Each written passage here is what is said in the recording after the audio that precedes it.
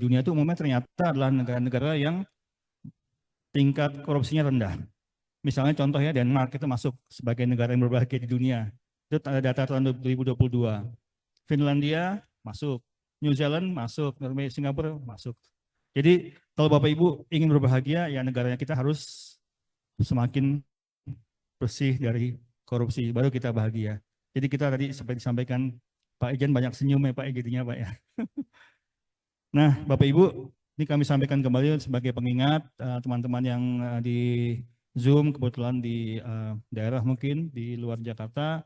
Jadi instansi dengan kasus korupsi terbanyak sampai Oktober 2023 ini kompak ini, ada dua. Jadi pemerintah, kabupaten kota, dan kementerian lembaga. Jadi kayaknya janjian nih, kementerian lembaga dan pemerintah kabupaten kota ini paling banyak menyumbangkan kasus korupsi. Ini data KPK. Kemudian pelaku korupsi yang selama ini ada di Indonesia, itu yang saya beri kotak merah, yang menyumbang itu pertama adalah eselon 1, eselon 2, eselon 3. Jadi eselon 4 aman ya kali ya. Tapi jangan dulu. Nah ini kembali lagi, wali kota, wakil wali kota, bupati, dan wakil bupati itu juga menempati selain ada swasta juga. Jadi ini menunjukkan bahwa sampai Oktober 2023 ternyata eselon 1, 2, 3 ini merupakan penyumbang dan memenuhi kos di KPK. Tempat kos di KPK dipenuhi oleh ini. Nah, gratifikasi adalah yang terbanyak ternyata untuk kasus korupsi yang terjadi di Indonesia sampai Oktober 2023 dan pengadaan barang dan jasa. Ini dua hal yang banyak kasus-kasus korupsi sesuai dengan data KPK. Jadi Bapak Ibu ini cukup harus berhati-hati terkait dengan gratifikasi, penyuapan, pengadaan barang dan jasa, terutama Bapak Ibu di Kementerian Agama mungkin banyak terkait dengan hal-hal seperti ini. Dan tentunya Bapak Ibu ingat bahwa yang terkait dengan jabatan kita menandatangani atau mengisi LHKPN dan menandatangani sekaligus surat kuasa bahwa Bapak Ibu dan atau keluarganya diminta untuk menyetorkan nomor telepon ya, nomor HP. Nah itu otomatis biasanya memang itu digunakan untuk melihat aktivitas kita. Nah ini kasus pidana korupsi terbanyak nih tahun 2023 tetap di pemerintah pusat Bapak Ibu. Lanjutkan di Provinsi Jawa Timur dan juga Papua. Dan ini adalah kasus korupsi dengan potensi kerugian terbanyak. Bapak Ibu banyak mendengar berita mulai dari Timah, BLBI, kelapa sawit dan lain-lain, Jiwasraya. Ini kalau ke bawah itu masih banyak lagi ini data-data ini, kasus-kasus yang terjadi di Indonesia dan berapa potensi kerugian negara. Dan data dari Monitor Indonesia juga menyebutkan bahwa 90% kementerian atau lembaga itu masih terdapat dugaan kasus korupsi berupa suap dan gratifikasi. Jadi datanya cocok ya dengan data dari KPK tadi. Di Pemda malah lebih tinggi, 97% data kasus korupsi yang melibatkan suap dan gratifikasi. Sehingga inilah data kita ya, pemerintahan efektif dunia ini Singapura masih. Nah ini kalau pendapatan ini nggak usah ditayangkan, mungkin bikin sedih ya. Karena Indonesia ini 93.000, ini dalam US ini mungkin ya.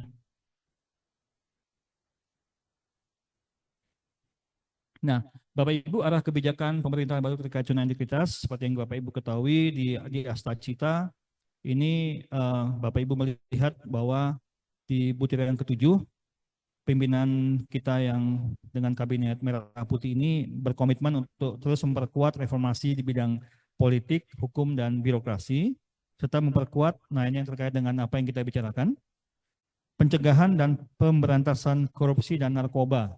Jadi korupsi ini diberantas merupakan visi misi dalam Astacitanya Presiden dan Wakil Presiden, dan narkoba juga. Tapi karena judul tidak ada bukan artinya ini tidak diberantas ya, tapi tetap juga ini masalah yang harus kita atasi bersama meskipun tidak disebutkan secara spesifik.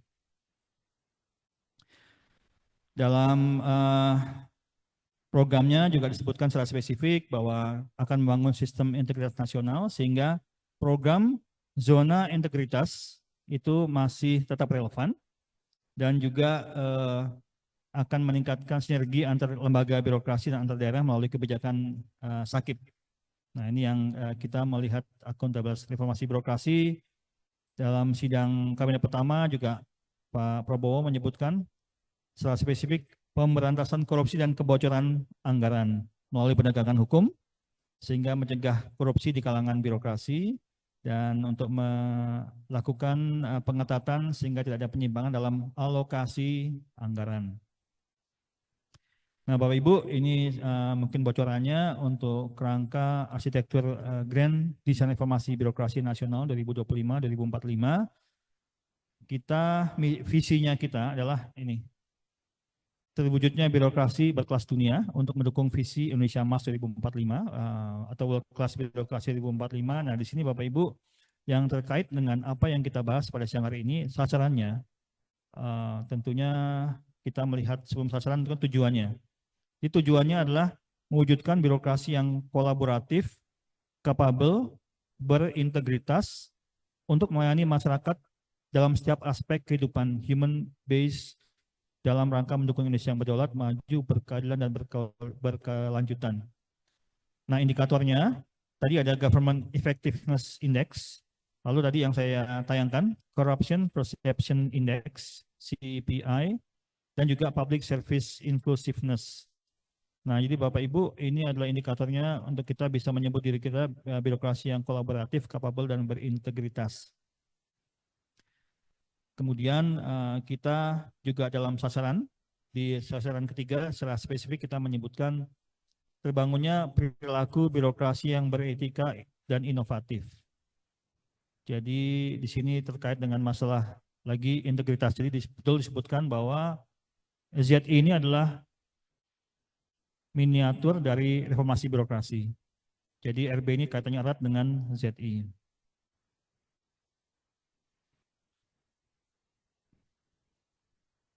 Nah, di Undang-Undang ASN juga disebutkan secara spesifik nilai dasar ASN ada disebutkan akuntabel dan juga masalah integritas tinggi dan peran ASN selain perencana, pelaksana, kita juga peran sebagai pengawas penyelenggaraan tugas umum pemerintahan. Sehingga diharapkan bahwa kita tuh dapat melakukan pekerjaan secara profesional, bebas dari intervensi politik, serta bersih dari praktek KKN.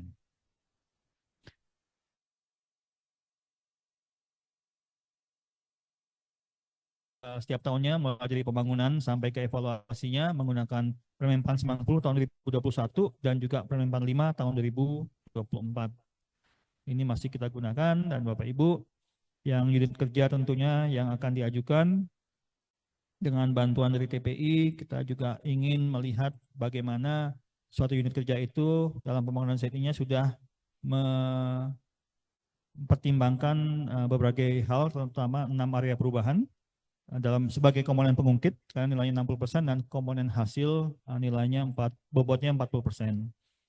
Jadi Bapak Ibu di sini untuk pemenuhan dan reformnya tentunya Bapak Ibu harus menunjukkan bahwa memang sudah ada perubahan dan hal-hal yang semakin baik dalam manajemen perubahannya, kemudian pelayanan publiknya, kemudian dari akuntabilitas kerja dan manajemen SDM dan lain-lain, termasuk misalnya penerimaan pegawai tidak ada lagi kong kali kong, semuanya sudah sesuai dengan aturan yang berlaku dan juga persepsi anti korupsinya ini akan kita lihat dari survei yang dilakukan, termasuk survei persepsi anti korupsi dan survei persepsi pelayanan publik yang merupakan komponen hasil dengan bobot 40%. Jadi ini akan kita lihat nanti mungkin ini akan terlihat juga dari bank soal tadi ya, tentunya sudah tergambar di situ kan ya, pertanyaan-pertanyaan kita muncul di bank soal yang merefleksikan bagaimana Bapak Ibu melakukan zona integritas dalam 6 area perubahan ini. Bisa kita lewati. Nah ini Bapak Ibu, tadi disebutkan oleh Pak Irjen bagaimana unit kerja yang diusulkan itu harus berbeda dengan unit kerja lainnya. Nah ini beberapa syarat pengusulan. Jadi TPI harus memastikan bahwa unit kerja yang diusulkan itu sudah memenuhi syarat ini sebelum diajukan ke TPN. Jadi ini ada kalau tingkat unit satuan kerja ini ada beberapa hal termasuk apa yang menjadi core layanan instansinya, kemudian juga tadi disebutkan mengenai LHKPN, itu betul harus 100% supaya tidak gagal di syarat administrasi, sehingga itu diperlukan LHKN 100%. Ada beberapa lembaga yang selalu gagalnya adalah di syarat administrasi dan menanyakan ke kami, ke kami di wilayah 3, dan tim memang menjelaskan bahwa memang lembaga tersebut sering tidak bisa berhasil memenuhi LHKPN, bukan LHKN ya, LHKPN 100%. Nah ini yang agak berat ini. Jadi sampai sekarang kami masih belum bisa meluluskan karena di tahapan awal sudah gugur dia, sudah gagal. Kemudian Bapak Ibu, berapa yang diajukan untuk memperoleh predikat WBK, nilainya minimal 75. Kemudian untuk yang diajukan memperoleh predikat WBBM, ini nilainya 85 totalnya. Dengan syarat harus sudah ada dalam predikat WBK paling tidak setahun. Untuk kita lihat apakah masih tetap layak dalam predikat WBK. Dan lain-lainnya ini tentunya TPI sudah paham betul. Dokumen pengusulan ZI juga sudah disiapkan, tentunya sudah tahu betul status usulan instansi pemerintah sampai SP TJM, lembar kerja evaluasi, semua diisi, laporan survei, soal penyertaan TLHP, ini merupakan bagian dari tanggung jawab TPI untuk memastikan bahwa unit kerja yang diajukan sudah memiliki dokumen pengusulan ZI ini sebelum disampaikan kepada TPN. Mungkin ini secara teknis akan bisa kami sampaikan paparannya, termasuk surat usulannya seperti apa yang disampaikan oleh pimpinan instansi ditujukan kepada Menteri Pan-RB, UP, Deputi kami, Deputi Bidang Informasi Birokrasi, akuntabilitas aparat dan pengawasan, ditantangkan oleh pimpinan, dan berisi daftar unit satuan kerja. Jadi disampaikan Pak Ses ada berapa unit satuan kerja yang akan diajukan oleh Kementerian Agama. Ini juga SPDJM sudah disiapkan surat tanggung jawab mutlak, sudah ada ininya formatnya. Kemudian LKE. Nah LKE ini juga menurut kami cukup vital Bapak Ibu, sehingga antara TPI dan unit kerja ini harus betul-betul berkolaborasi dengan solid, sehingga jawaban-jawaban yang ada di sini mencerminkan yang hal-hal yang memang sebagai bukti dukung bagi kami. Jadi ini semacam kisi-kisi juga Bu, kisi-kisi yang harus diperhatikan yang akan menjadi pokok perhatian dari tim evaluator.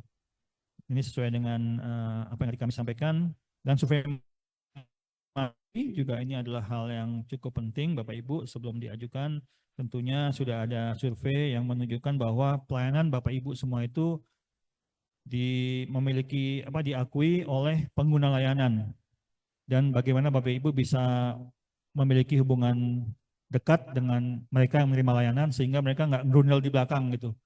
Dan Bapak Ibu tentunya juga punya semacam standar layanan, sehingga nantinya di situ akan ada semacam beberapa kementerian memiliki kompensasi gitu apabila pelayanan yang diberikan tidak sesuai dengan standar layanan yang sudah ditentukan. Macam-macam, misalnya memberikan atau mengirimkan dokumen ke pengelola layanan misalnya, sehingga nanti pada saat ada survei itu pengelola layanannya itu tidak memberikan pernyataan yang sifatnya minus gitu kepada instansinya.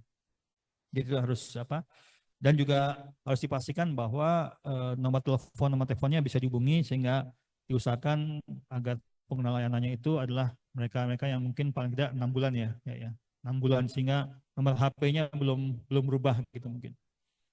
Nah ini juga perlu data responden dan diiringi dengan data dukung yang memadai, termasuk nomor telepon sekiranya nanti kami melakukan validasi.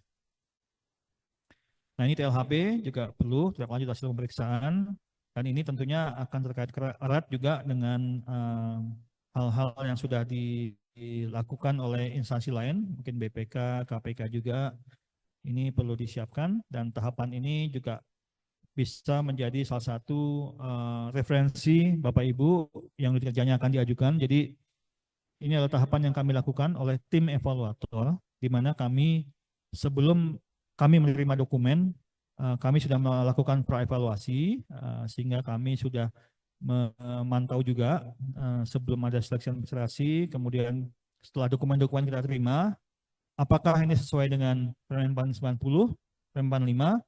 Kalau misalnya tidak sesuai dengan persyaratan tadi saya sampaikan ya, TLHP 100%, LHKPN 100%, LHKAN 100%, kemudian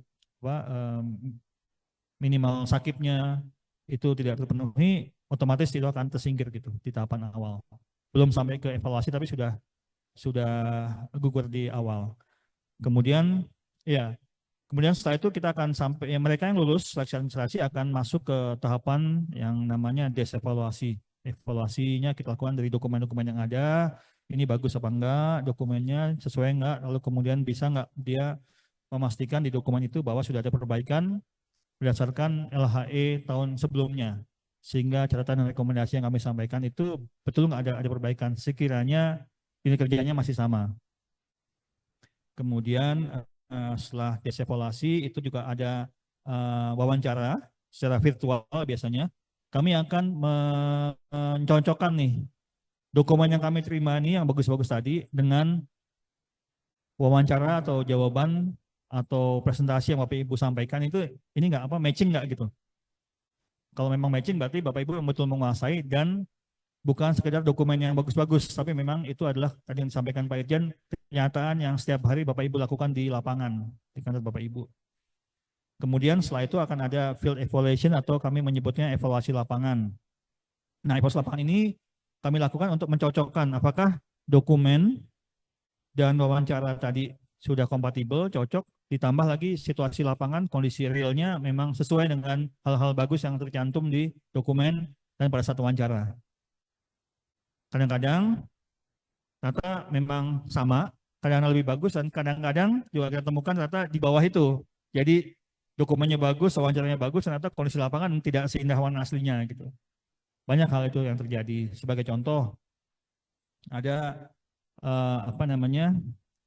beberapa yang misalnya kami ambil contoh RSUD gitu. Dia sudah bagus, tempat tidurnya bisa diakses melalui website, ketersediaan tempat tidurnya, tapi ternyata ada masalah lain di farmasinya gitu. Kita melihat ternyata untuk pelayanan publiknya ada rumah sakit umum daerah ya, salah satu di daerah yang obat-obatannya ini tidak bisa diambil oleh orang lain. Gitu. Jadi bisa Bapak Ibu bayangkan pasien yang dalam keadaan yang sulit tidak bisa bergerak, kalau dia nggak punya saudara yang bisa mengambilkan dan nggak boleh, betapa sulitnya gitu. Kemudian juga kami lihat masalah stok opnam gitu ya. Kenapa? Karena misalnya kenapa kok satu dokter kenapa harus memberikan obat batuk merek tertentu sehingga jumlah ketersediaan obat nih yang habis tuh hanya merek tertentu saja gitu. Ini ada apa nih gitu. Dan apalagi yang lebih parah kalau misalnya ternyata tidak jelas kenapa selalu obat itu yang habis, nggak ada penjelasan. Jadi kita akan mempertanyakan kenapa obat batuk kan banyak mereknya gitu ya. Kenapa kok merek A saja yang habis? Ini ada apa nih dengan perusahaan obatnya misalnya. Lalu misalnya ada lembaga yang memiliki ketersediaan pelampung, misalnya pelampung life vest jacket. Itu tiap tahun selalu beli itu life vest jacket. Ini kenapa nih? Apakah hilang, apa rusak, atau apa? Itu nggak ada penjelasannya. Jadi setiap tahun selalu beli ini gimana nih gitu. Kalau memang hilang, yang hilang berapa? Itu nggak ada jumlah-jumlahnya itu. Nah itu hal seperti itu yang kadang-kadang membuat kita pada saat evaluasi lapangan melihat, oh ini kurang bagus. Atau yang paling sederhana adalah kami pada saat wawancara dan berdasarkan dokumen, ada satu rumah sakit misalnya yang menyatakan bahwa jam kerjanya mulai jam 8 sampai jam 4 sore. Kami datang ke sana jam 8. Wah, pasiennya udah banyak, tapi even nomor antrian yang di TV itu TV-nya belum nyala. Petugas di loket belum ada, gitu kan. Memang kami bilangnya ke sana kami akan hadir jam 9, tapi kami datangnya jam 8 sesuai dengan jam buka rumah sakitnya. Udah numpuk itu pengguna layanannya, pasien-pasiennya. Kan kami loh, ini gimana sih? Ada kami keliling selama dekat jam 9 kami baru kontak sama pimpinan yang akan menemui kami. Nah, mereka juga setelah tahu kami datang jam 8, nah jam 9 itu baru mereka bergerak. Itu apa loketnya diisi, segera diisi. Terus ini TV-nya baru nyala-nyalain. Jadi wah udah terlambat Pak, kami udah tahu kalau Bapak yang kondisi di lapangan tidak sesuai dengan wawancara nih Pak, nggak sesuai. Jadi ya terpaksa kami belum bisa karena keindahan-keindahan itu hanya ada di wacana dan di dokumen gitu. Tapi masyarakat belum melihat seperti itu. Nah setelah itu untuk memastikan bahwa unit kerja yang lulus evaluasi lapangan tadi, kita akan melakukan panel. Jadi Bapak Ibu nggak usah khawatir, ini nggak akan ada kong kali kong karena setiap tahun itu tim evaluatornya akan dirotasi biasanya, beda-beda. Jadi nggak akan sama, dirotasi. Kemudian di antara tim ini juga akan diadu hasilnya. Misalnya unit kerja A, unit kerja B, unit kerja C dari instansi yang sama, misalnya sama-sama dari Kemenak, WBK-nya gimana? Yang ini kok masih kurang ini, yang ini kok lebih bagus, harusnya rata dong, gitu kan. Nah, yang kesamaan seragaman yang sama itu mungkin bisa lanjut, ya yang beda sendiri ini yang di bawah itu ya mungkin akan gagal. Atau nanti naik lagi ke panel yang lebih tinggi lagi, level kediputian kita akan bandingkan antara Kementerian A, lembaga B ini gimana nih? Kesetaraan level WBK-nya sama enggak gitu. Inovasinya oke apa enggak gitu. Kemudian kita naikkan lagi ke level kementerian. Nah, di situ kita akan meminta juga masukan dari KPK, Ombudsman, semester lagi apa ya? BIN ya? BIN. Ya, ya, BIN ya. Jadi kita akan melihat apakah ada beberapa hal yang menjadi perhatian dari instansi-instansi ini, termasuk KPK. Nah, di KPK akan kita sharing lagi. Kalau misalnya, lupa sih istilahnya apa sih? Kalau sumir ya, kalau sumir kita akan lanjut. Tapi kalau sedang dalam tahapan pemeriksaan, nah kita itu akan kita drop dulu gitu. Dan memang ada beberapa hal yang seperti itu dan kaitannya betul-betul terkait dengan integritas seperti kami sampaikan contoh dulu ada satu rumah sakit yang sudah bagus semuanya, oke. Ternyata wakil pimpinan rumah sakitnya itu wanita Pak, wanita. Dia rupanya sedang nyucul lagi, nyicil, kok bisa nyucul sih? Nyicil apartemen. Nyicil apartemen sih nggak ada masalah kan, kalau nyicil apartemen ya itu hak dia. Hanya masalahnya anggaran dia untuk nyicil ini itu berasal dari seorang hakim. Nah hakimnya ini ternyata bermasalah gitu. Hakimnya ini ternyata ya inilah Pak apa namanya sedang dalam proses penyidikan karena banyak menerima uang yang bukan rupiah gitu Pak. Nah kalau kaitannya antara bagaimana hakim yang pria ini dengan wanita wakil pimpinan rumah sakit ini seperti apa itu di luar kewenangan kita ya. Itu urusan mereka gitu. Tapi yang kita permasalahkan adalah kenapa kok ini ada aliran masuk ke seorang wakil pimpinan rumah sakit dan digunakan untuk hal yang sifatnya pribadi. Nah itu yang jadi masalah. Kembali lagi itu masalah integritas. Nah kemudian kalau itu sudah beres semuanya, nggak ada masalah, kita akan sampai kepada penghargaan. Kalau clearance ini juga banyak pengaduan kita lihat bagaimana Bapak Ibu dan pengaduan itu macam-macam Bapak Ibu. Kita menerima juga surat kaleng, bukan surat kaleng itu ya, bukan kaleng-kaleng. Itu beberapa surat yang ternyata setelah kita koordinasikan ada betulnya gitu. Kemudian juga BIN kadang-kadang menyampaikan hal-hal yang di luar dugaan kita juga gitu. Nah setelah itu lewat semua, baru kita berikan penghargaan. Jadi kita ingin tadi yang disampaikan kualitasnya. Jadi kami tadi sependapat kalau misalnya Kementerian Agama mungkin lebih bukan kepada jumlahnya tapi mungkin pada kualitasnya yang diajukan ke TPN sehingga nanti TPI sudah memastikan bahwa sebagai quality assurance bahwa unit kerja yang diajukan itu memang sudah memenuhi semua persyaratan dan sudah diuji oleh TPI sebelum diajukan ke TPN. Nah, Bapak Ibu, tahun lalu fokus evaluasi ZI yang kami lakukan itu terkait dengan 3 hal ini, yaitu terkait dengan pemerintahan yang bersih dan akuntabel, jadi kita dan pelayanan publik yang prima, sehingga kita akan melihatnya adalah dari capaian kinerja Bapak Ibu, unit kerjanya, kemudian persepsi anti korupsinya dan persepsi pelayanan publiknya. Ini yang jadi fokus perhatian kita dari 6 area perubahan yang tadi kita bahas. Ya, tentang aksi ZI tentunya nanti mungkin Mbak Nia akan secara detail. Ini bisa kita skip. Nah, ini pelayanan publiknya Bapak Ibu tadi sampaikan inovasi.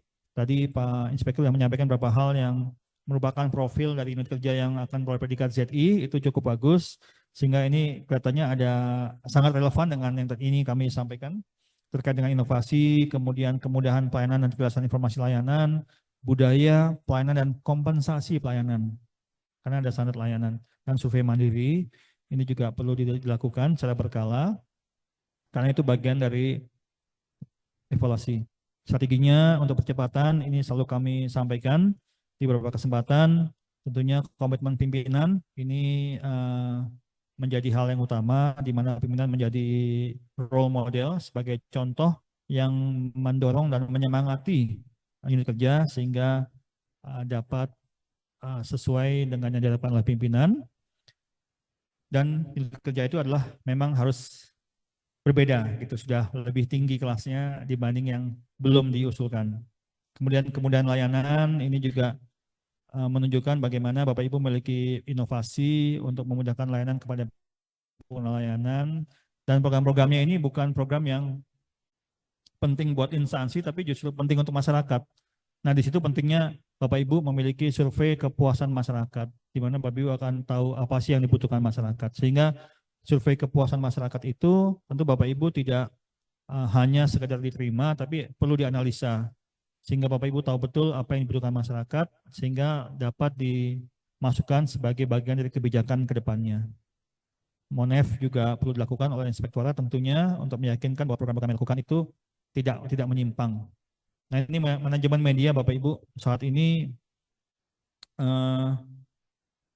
kita melihat bahwa sebetulnya ini bukan pamer ya, tapi tadi sampaikan Pak Irjen juga bahwa kita perlu memberitahu kepada lingkungan kita, lingkungan kerja kita, tetangga-tetangga kita, juga kepada instansi lain melalui berbagai platform yang Bapak Ibu punya, sosial media, media sosial, online, media cetak, bahwa Bapak Ibu sudah banyak melakukan perubahan. Sehingga mereka tahu Bapak Ibu sekarang sudah lebih baik daripada sebelumnya. Kalau kita lihat nih, saya kasih contoh nih, Aqua. Aqua sampai sekarang itu gimana kurang ngetopnya gitu ya. Sampai Bapak Ibu kadang secara nggak sadar kalau Bapak Ibu ke restoran, itu pasti kalau mau pesen minum air putih itu ngomongnya Aqua pasti. Kalau mereknya ada Le Mineral, ada Fit, ada segala macam, tapi Bapak Ibu pasti ngomongnya secara nggak sadar, saya pesen apa Aqua deh gitu. Udah ngetop, tapi dia selalu tetap punya iklan kan sampai sekarang, sudah sedemikian ngetopnya. Bahkan iklannya dia itu disesuaikan dengan perkembangan dan kebutuhan masyarakat. Sebagai contoh, dulu masyarakat ingin bahwa airnya itu harus bersih. Dia iklannya adalah air dari mata air pegunungan, bersih. Kemudian sekarang yang lebih baru itu adalah galonnya itu kan ada yang komplain nih galonnya kotor nih, isi ulang banyak berserakan. Terus dia dengan come up dengan iklan baru bahwa ini melalui tahapan 20 kali pembersihan atau apalah gitu. Jadi dia menyesuaikan iklannya, tapi itu selalu diingat. Coca-Cola juga sedemikian ngetopnya, dia masih selalu ada iklannya. Jadi Bapak Ibu, manajemen media itu perlu terus dilakukan oleh Bapak Ibu tanpa mengenal waktu. Sebagai contoh, Kodak, Nokia, karena dia lengah, dia hilang. Padahal Nokia itu adalah HP yang pertama muncul yang disukai banyak orang kira-kira 20 tahun yang lalu ya. Epson juga tuh printer, tapi dia hilang. Kodak juga hilang. Ada lagi itu kamera yang instan yang langsung keluar Polaroid ya, itu juga hilang. Kenapa? Karena dia tidak bisa adaptasi dengan perubahan. Banyak sekali kayak BlackBerry juga dulu orang tahunya HP itu BlackBerry kan. Nokia, terus kemudian ada iPhone, tapi akhirnya hilang karena tidak mengikuti perkembangan dan juga tidak mendengarkan saran dari beberapa orang gitu. Jadi artinya hilang dengan sendirinya. Jadi ini beberapa yang menyebabkan tetap perlunya manajemen media Bapak Ibu lakukan, karena juga Bapak Ibu udah melihat betul bagaimana di sosmed itu saktinya kalangan netizen ya Bapak Ibu. Bapak Ibu kadang-kadang Bapak Ibu nggak berbuat salah, tapi anak atau istri atau keponakan atau keluarga yang berbuat salah, tapi yang jatuh dari jabatannya itu ayahnya gitu ya, atau ibunya.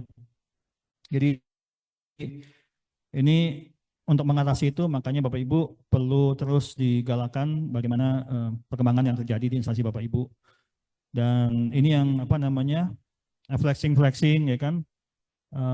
Jadi kalau misalnya Bapak Ibu-ibu itu mungkin ada tas-tas yang mahal-mahal tuh ya. Itu mungkin kadang-kadang bisa menyebabkan hal-hal yang tidak diinginkan gitu. Mungkin kalau bawa tas kresek hitam gitu di foto malah nggak apa-apa kali ya. Tapi kalau tasnya kulit buatan Italia, bapak-bapak ini juga kadang-kadang apa kendaraan, jadi mungkin kalau yang mau beli mobil Porsche atau Ferrari mungkin tahan dulu, mungkin nanti setelah pensiun.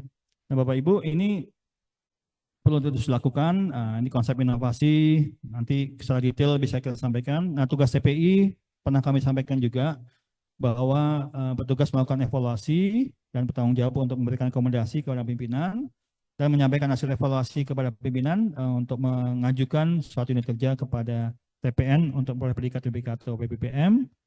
Tapi juga setelah itu melakukan pemantauan TPI ini. Apakah betul unit kerja yang pernah mendapat predikat PBK ini masih layak menyandang predikat itu. Jadi setiap 2 tahun itu apakah tadi disampaikan Pak Irjen, apakah hanya pada saat dulu tuh hanya sekedar yang penting dapat predikat WBK, nanti setelah dapat trofi, dapat penghargaan, balik lagi ke awal gitu. Nah itu yang kita nggak inginkan. Jadi tetap dia apakah layak, masih layak menyandang predikat WBK, itu tugasnya TPI untuk melakukan pemantauan. Kalau misalnya tidak, sudah kembali lagi ke awal, itu bisa diusulkan kepada kami untuk dilakukan pencabutan predikat WBK. Jadi predikat WBK ini atau WBM tidak abadi, Bapak Ibu, disesuaikan dengan perkembangan. Sekiranya sudah tidak lagi layak, bisa diusulkan. Nah ini ada beberapa hal yang perlu diperhatikan TPI pada saat melakukan evaluasi internal. Ini saat TPI saya yakin ini sudah baik dilakukan oleh TPI. Tentunya Pak Inspektur 4 ini sudah hafal betul nih hal seperti ini nih. Memastikan evaluasi, memastikan tingkat kepatuhan, komitmen pimpinan, semua ini perlu dilakukan inovasi-inovasi. Nah ini akan terus dilakukan. Nah untuk hasil evaluasi zona integritas Kementerian Agama tahun 2023-2024, sebagaimana telah kami sampaikan melalui laporan hasil evaluasi, ini memang kalau di tahun 2023 ini dari unit kerja yang diusulkan ada 4 WBK, ini ternyata masih belum berhasil dengan tahapan sampai ke seleksi administrasi. Jadi 4 ini belum memenuhi persyaratan. Ini tahun 2023. Sedangkan tahun lalu, tahun 2024, ini dari usulan 57 unit kerja Kementerian Agama, itu 50 WBK dan 7 diusulkan sebagai predikat WBM. Itu yang dapat predikat itu 8. Itu WBK 8. Dan yang belum memenuhi kriteria itu ada 49, sehingga tingkat keberhasilannya 14%. Tadi ada target 35% dari Pak Irjen, sekiranya itu bisa terpenuhi selama paling tidak 2 tahun ya, 2 tahun berturut-turut, itu nanti akan bisa memiliki kewenangan untuk melakukan WBK mandiri. Tapi kalau WBM masih belum, hanya WBK mandiri. Dan tahun 2023 sudah ada satu kementerian lembaga yang kami berikan kewenangan untuk melakukan WBK mandiri. Kemudian tahun ini kami tambah lagi satu lagi. Jadi yang pertama itu BPOM. Jadi Bapak Ibu ini juga bisa dijadikan salah satu referensi BPOM. Kemudian tahun ini adalah Kemenkes. Mereka sudah di atas 30% untuk perolehan WBK WBK-nya unit kerjaan lebih dari 30%, sehingga memiliki kewenangan untuk melakukan WBK mandiri. Nah ini bisa dilihat di laporan hasil evaluasi beberapa rekomendasi kami, apa yang harus dilakukan Kementerian Agama untuk memperbaiki unit kerja yang mungkin gagal di tahap-tahapan tertentu. Ini ada berapa, nanti tentunya bisa di-share oleh Bapak Ibu TPI kepada, nah ini sudah dilakukan. Nah ini pencabutan predikat PPK BBM kami sudah lakukan tahun 2022 banyak. Nah ini profil pembangunan ZI Kementerian Agama sejak tahun 2021 menurut catatan kami sampai tahun 2024. Tahun 2021 Bapak Ibu bisa melihat di sini bahwa dari usulan 49 WBK dan 5 WBBM itu kelulusannya 2 yang memperoleh predikat WBK sehingga tingkat keberhasilannya 3,7%. Tahun 2022 dari usulan 11 WBK dan 4 WBBM, predikat WBK-nya yang diperoleh 2 dan WBBM-nya 2. Tingkat kelulusannya, tingkat keberhasilannya 26,6%. Tahun 2023 ini dari usulan 4 WBK tapi belum ada yang lulus sehingga tingkat keberhasilannya 0%. Tahun 2024 ini usulan 50 WBK dan 7 WBBM yang lulus predikat WBK-nya 8 dengan tingkat keberhasilan 14%. Kalau kita lihat ini yang pas tahun ganjil ini angkanya kecil ya. Tapi kalau pas tahun genap ini angkanya gede ini kayaknya jangan, mudah-mudahan tahun ini nggak gitu ya kan, tahun ini tahun ganjil nih. 2021 3%, 22 26, 23 0%, 24 14%. Jadi kenapa sama ganjil nih? Semoga tahun ganjil ini akan lebih bisa merubah pattern pola ini ya. Nah Bapak Ibu, ini dari tim evaluator juga menyampaikan bahwa secara umum kegagalan unit kerja dari Kementerian Agama di tahun 2024 yang terbanyak itu adalah pada tahapan DSI, yaitu analisis dokumen dan wawancara. Jadi 80% itu kegagalannya di tahapan analisa dokumen dan wawancara. Sehingga kalau Bapak Ibu melihat di sini seleksi administrasinya ada 50 WBK, 7 WBPM yang diusulkan. Tapi begitu dia evaluasi langsung drop, jadi hanya 10 WBK yang berhasil masuk ke tahapan analisa dokumen dan 1 WBPM. Nah ini yang mungkin nanti Nia mungkin bisa menyampaikan secara lebih rinci sekiranya ada waktu ya. Apa sih yang menyebabkan tingkat kegagalannya ini kok cukup banyak di tahapan ini gitu. Jadi belum sampai ke tahap, ya kemudian akibatnya ini, tapi ini cukup konsisten.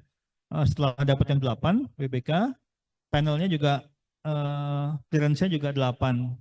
Jadi konsisten gitu. Jadi memang ini unit kerja yang cukup bagus gitu. Sehingga dengan segala macam serangan dari mana-mana itu tetap bertahan 8 sampai penghargaannya diperoleh. Nah ini Bapak Ibu memang kami cukup ketat. Di sini kami pernah sampaikan juga di tahun 2024 lalu dari usulan 1.329 unit kerja dari kementerian, lembaga, dan pemerintah daerah se-Indonesia.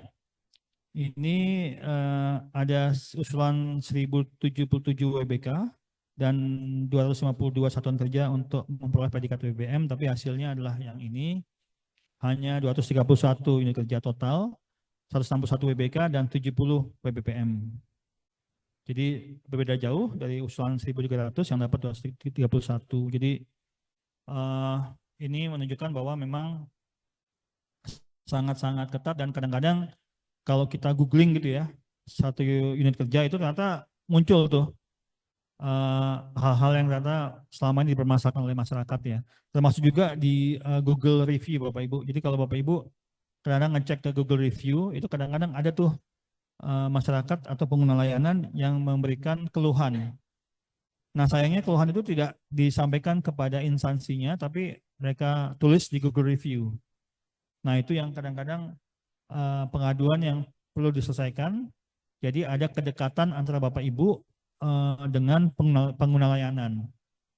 Sehingga hal-hal seperti itu bisa diantisipasi, sehingga mereka tidak perlu merundel di belakang, tidak perlu berkeluh kesah, tidak perlu menulis hal-hal yang kurang bagus mengenai instansi Bapak Ibu, tapi mereka bisa ketemu Bapak Ibu. Tadi saya cukup appreciate dengan yang dilakukan oleh kantor Kementerian Agama Kulon Progo, di mana dia betul-betul mengecek secara random calon pengantin yang sedang mengikuti proses ya untuk menikah, apakah pelayanan yang diberikan itu sudah sesuai dengan prosedur, sesuai ketentuan, dan tidak ada hengki-pengki, tidak ada permintaan hal-hal lain ya, gratifikasi atau lain. Itu cukup cukup bagus, sehingga tentunya kalau pimpinan seperti itu, anak buahnya juga mikir-mikir 2 kali ya, atau 3 kali kalau mau macam-macam gitu.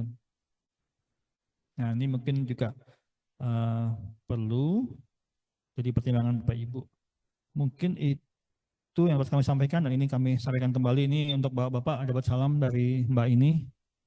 Katanya, jadilah orang yang ketiadaan yang dicari, kehadirannya dinanti, kepernikahannya dirindui, kematiannya ditangis, dan kebaikannya diteladani.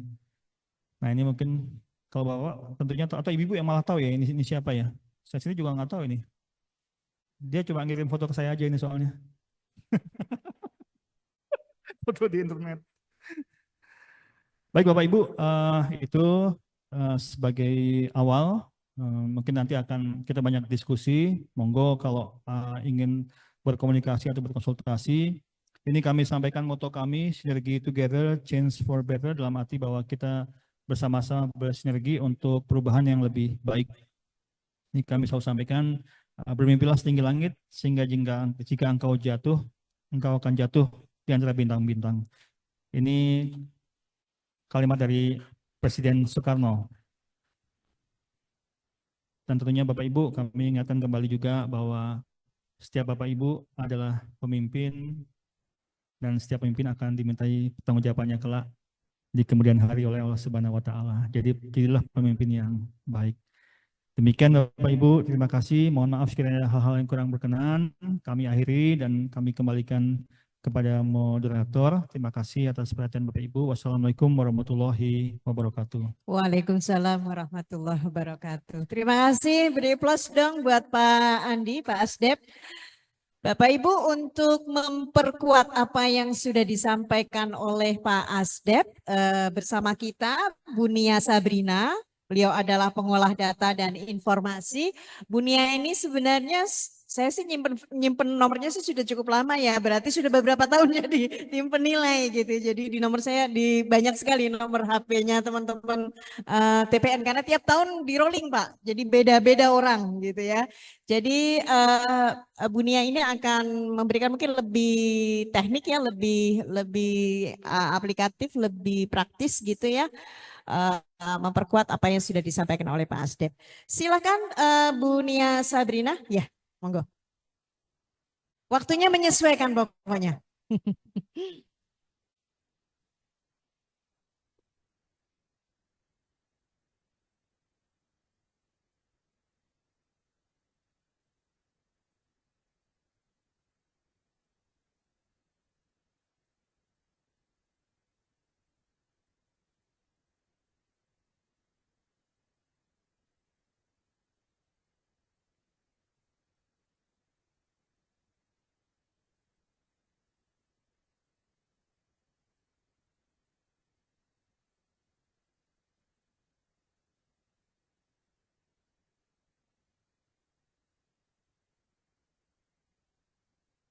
Baik, Assalamualaikum warahmatullahi wabarakatuh. Yang saya hormati Bapak PLT Inspektur Jenderal dari Kementerian Agama, Pak Ses Irjen, Bapak Ibu JPT Pratama, JPT Madya, beserta seluruh Kepala Kantor Kemenak daerah yang hadir pada Zoom, juga Kepala Madrasah dan seluruh tim ZI Kementerian Agama. Jadi tadi Pak Andi, Pak Asdep sudah terlalu banyak ya dan jelas gitu untuk menjelaskan terkait dengan zona integritas.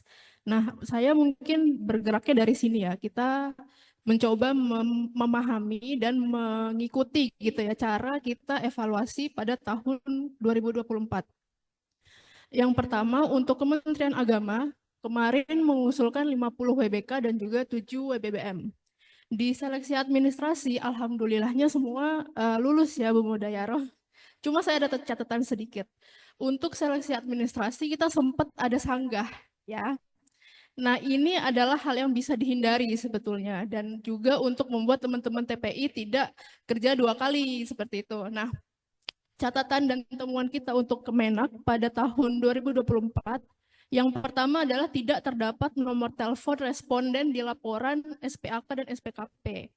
Jadi surveinya ada, nilainya sudah memenuhi, tapi kita nggak tahu respondennya siapa gitu. Nomor teleponnya berapa, emailnya apa gitu. Nah, yang nomor 2 juga nih, data responden tidak dilengkapi dengan kontak atau nomor telepon dan email gitu ya. Nah, hal ini sebenarnya bisa dimitigasi seperti itu. Supaya nggak usah lagi kita ada sanggah-sanggah gitu ya, Bu. Alhamdulillahnya untung seleksi administrasi ini masih bisa disanggah. Nah, kalau analisis dokumen wawancara itu kita nggak ada lagi ruang untuk menyanggah dari Kementerian Agamanya. Untuk seleksi administrasi, saya mencoba memberi kisi-kisi gitu ya, strategi. Sebetulnya apa sih yang Menpan minta gitu ya untuk dari seleksi administrasi? Yang pertama dari LKE. Untuk LKE sendiri kita harus memenuhi 4 syarat gitu ya. Yang pertama adalah nilai minimal per area. Ini sesuai dengan Permenpan 90 tahun 2021. Nah, ini minimal per areanya pun untuk WBK dan WBBM berbeda gitu ya. Jadi mohon diamati gitu. Yang kedua, memenuhi nilai minimal pengungkit, nilai minimal total, dan juga indeks SPAK dan SPKP. Untuk indeks SPAK dan SPKP ini sangat strict, jadi nanti ini sebetulnya nggak bisa disanggah gitu ya. Karena untuk SPAK dan SPKP sendiri sudah ada minimum indeksnya. Lalu untuk TLHP, itu harus 100% penyelesaian, pemeriksaan, dan pengawasan. Dan yang terakhir adalah survei mandiri. Survei mandiri ini harus ada laporannya. SPAK dan SPKP yang paling mentok banget itu 6 bulan sebelum kita evaluasi gitu ya. Terus memenuhi minimal indeks SPAK dan SPKP dan juga terdapat data responden. Nah, ini yang kemarin sangat banyak unit kerja yang belum ada data respondennya seperti itu. Kita kembali lagi ke sini. Nah, di seleksi administrasi alhamdulillahnya semua bisa maju ke babak selanjutnya gitu ya. Di desk evaluation nih Bapak Ibu ternyata banyak yang gugur.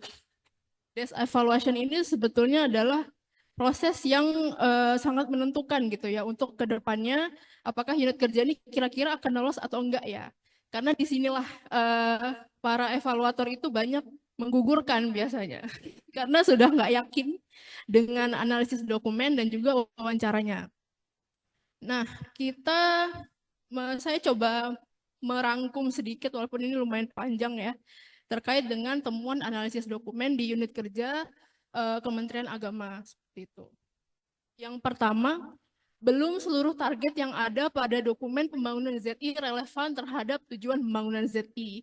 Jadi tujuannya apa, nanti targetnya apa gitu ya. Jadi itu harus relevan dan juga harus menceritakan sebetulnya permasalahan apa sih yang unit kerja itu alami sehingga ZI ini sangat membantu mereka gitu. Yang kedua, tidak ada evidence laporan monitoring dan evaluasi yang dilakukan tiap triwulan. Evidence yang disampaikan hanya laporan semesteran 6 bulanan, namun itu juga tidak memuat target, realisasi, capaian, dan rencana tindak lanjut atas hasil MONEF tersebut. Jadi Bapak Ibu, untuk laporan monitoring dan evaluasi itu harus mencakup target, realisasinya, dan juga capaian gitu ya. Dan juga untuk tindak lanjut kita setelah itu tuh apa sih? Nah, ini itu laporan MONEF itu harus triwulan, harus 3 bulanan. Ketika itu sudah dilakukan hanya 6 bulan atau paling parahnya setahun sekali, itu biasanya nanti akan ditandai oleh evaluator, sehingga akan di-drop seperti itu. Lalu yang ketiga adalah tidak ada evidence mengenai dokumentasi berupa foto atau undangan dan notulensi rapat yang menunjukkan keterlibatan pimpinan dalam MONEF secara triwulan. Ini hal dasar gitu ya untuk pemenuhan terhadap komitmen pimpinan unit gitu dalam pembangunan zona integritas. Lalu yang keempat, belum adanya sasaran kinerja yang berorientasi hasil atau outcome. Nah, ini adalah sebetulnya catatan kami, catatan sakit untuk Kementerian Agama terkait dengan cascading gitu ya, penjenjangan kinerja. Karena ternyata kita temui di saat evaluasi zona integritas pada level Kakanwil dan juga level Kemenak itu kinerjanya sama. Padahal harusnya secara kalau kita lihat secara struktur dan hierarki kan Kakanwil itu membawahi gitu ya, membawahi Kemenak gitu untuk monitoringnya.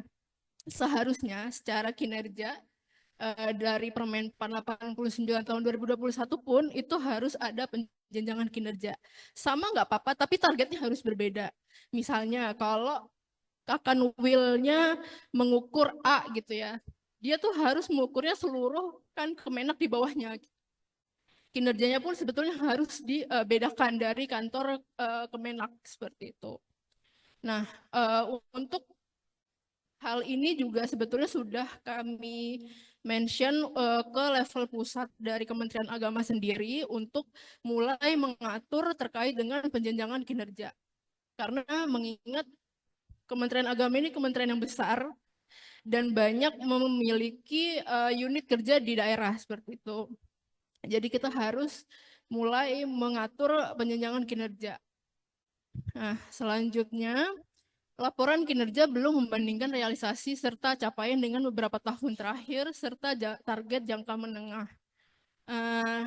Sebetulnya kalau laporan kinerja itu harusnya sudah standar ya Bapak Ibu. Ada di Permen-Pan 53 tahun 2014, kalau saya salah mohon diingatkan.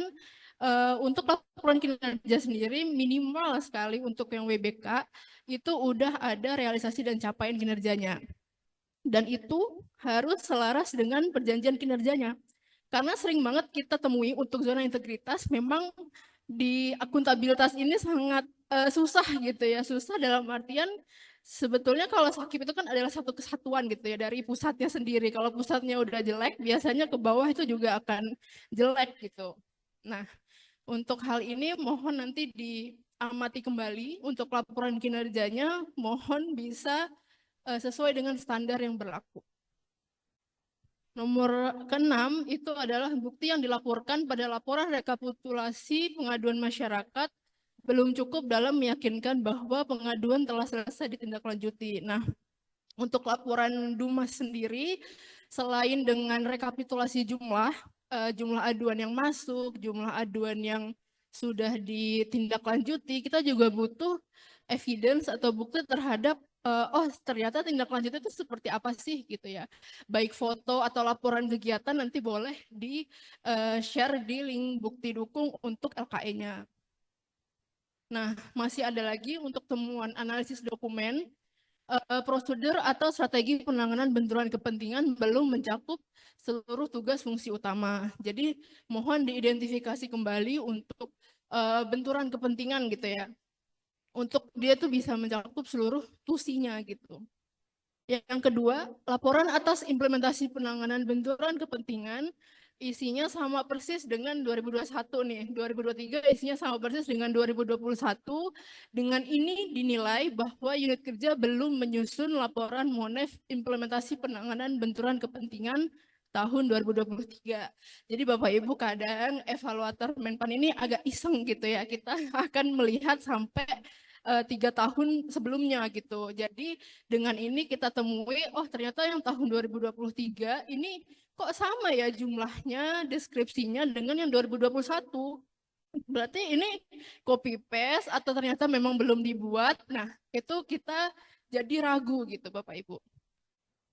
Terus yang selanjutnya, evidence terkait pelaporan LHKPN tidak memuat bukti lapor dari KPK. Dan evidence terkait pelaporan LHKAN tidak memuat bukti penerimaan SPT dari DJP. Nah, ini sering sekali kalau misalnya dari pusat itu sebetulnya sudah ada rekapitulasi ya Bu ya. Kita sudah 100%. Tapi kadang di unit kerjanya tidak melampirkan bukti SPT-nya gitu atau bukti dari KPK gitu untuk LHKPN. Jadi kalau dari rekapitulasi aja itu kita belum meyakini bahwa memang itu sudah dilaporkan, walaupun kita sebetulnya percaya sama TPI, tapi kita kan juga ada asas tidak berkepentingan gitu ya. Jadi kita harus melihat juga evidence-nya sampai ke foto-foto yang seperti itu. Lalu selanjutnya evidence inovasi-inovasi yang disampaikan unit kerja belum tampak secara nyata mendorong pelayanan publik untuk seluruh layanan. Nah, dan unit kerja itu punya banyak inovasi, tapi nggak ada bukti nyata bahwa inovasi tersebut bisa mendukung kinerja gitu. Nah, inovasi-inovasi tadi kita harus sampaikan juga, oh dengan adanya inovasi ini kita tuh jadi mencapai ini loh gitu. Atau misalnya inovasi A gitu ya bisa menghemat anggaran sampai berapa gitu dengan capaian kinerja yang sama dengan anggaran yang sebelumnya seperti itu. Atau misalnya inovasi ini membuat kita tuh SKM-nya jadi lebih tinggi loh daripada tahun-tahun sebelumnya. Nah, seperti itu. Jadi kita butuh bukti konkretnya secara angka, secara data terkait dengan hasil inovasi yang sudah dilakukan. Untuk inovasi, Bapak Ibu perlu diingat, jadi nggak semua inovasi bisa digital gitu ya. Digital itu penting tadi kata Bapak Irjen gitu ya. Digital itu penting, tapi kita butuh melihat bahwa unit kerja ini tuh ada di lokasi mana gitu. Jadi kita harus butuh mengidentifikasi bahwa oh ternyata pengguna layanan di lokasi ini, di wilayah ini tuh belum seluruhnya melek teknologi gitu. Jadi kita nggak bisa membuat inovasi yang semuanya digital dan tersistem. Karena apa? Karena masyarakatnya belum bisa menggunakan gitu. Jadi kita harus membuat inovasi yang sesuai dengan demografi gitu ya, dengan karakteristik dari wilayah tersebut.